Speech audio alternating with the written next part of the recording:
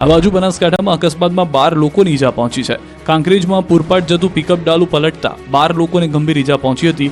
Road પર ઈજાગ્રસ્ત લોકો કણસતા નજરે પડ્યા ત્યારે સ્થાનિકોએ પહોંચી એમ્બ્યુલન્સને બોલાવી સારવાર માટે ખસેડ્યા।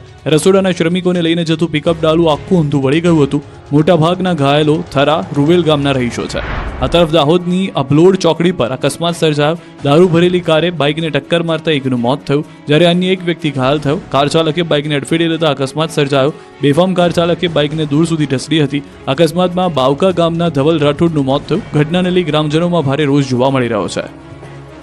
ધાનેરામાં પૂરપાટ જતું ટ્રેક્ટર ગટરમાં ખાબક્યું। પૂરપાટ આવ્યું ટ્રેક્ટર, બાઇક સાથે અથડાયું અને ધડામ દઈને ખુલ્લી ગટરમાં ખાબક્યું। દ્રશ્યો બનાસકાંઠાના ધાનેરાના છે। અહીં ટ્રેક્ટર ચાલકને રફતારની તુરંત સજા મળી ગઈ। ધાનેરાના નેનાવા 3 રસ્તા પાસે ટ્રેક્ટર ચાલક પૂરપાટ જઈ રહ્યો હતો ત્યારે બાઇક ચાલકને ટક્કર મારી હતી।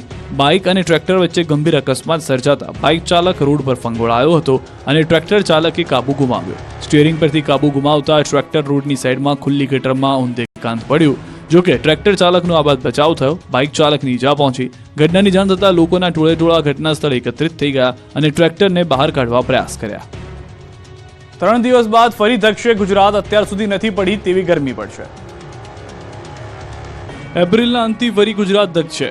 આકાશમાંથી જાણે અગનગોળાનો થશે વરસાદ। ગુજરાતમાં ઉનાળાના ટ્રેલર બાદ એપ્રિલના અંતમાં ફરી ફિલ્મ રિલીઝ થવાની છે। સુરેશ દાદા હવે ફૂલ ફોર્મમાં જોવા મળશે। અત્યાર સુધી ગરમી નથી પડી તેવી ગરમી હવે પડશે। હવામાન વિભાગે આગાહી કરી છે કે 4 દિવસ બાદ તાપમાનમાં વધારો થશે।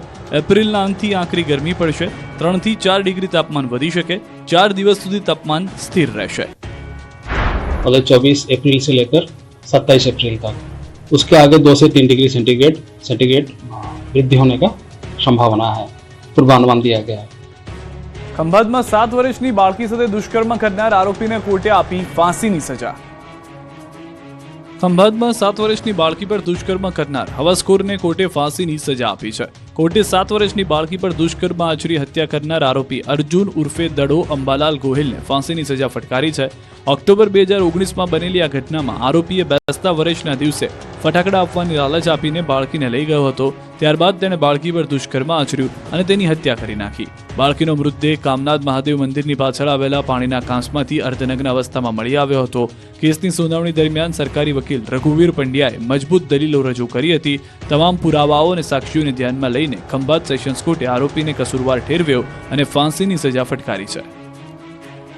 અમદાવાદના સાઉથ બોપલમાં 2 લોકોને કચડનાર નવીરો પકડાયો। અમદાવાદના સાઉથ બોપલમાં 2 રાહદારીને કચડી નાખનાર નવીરો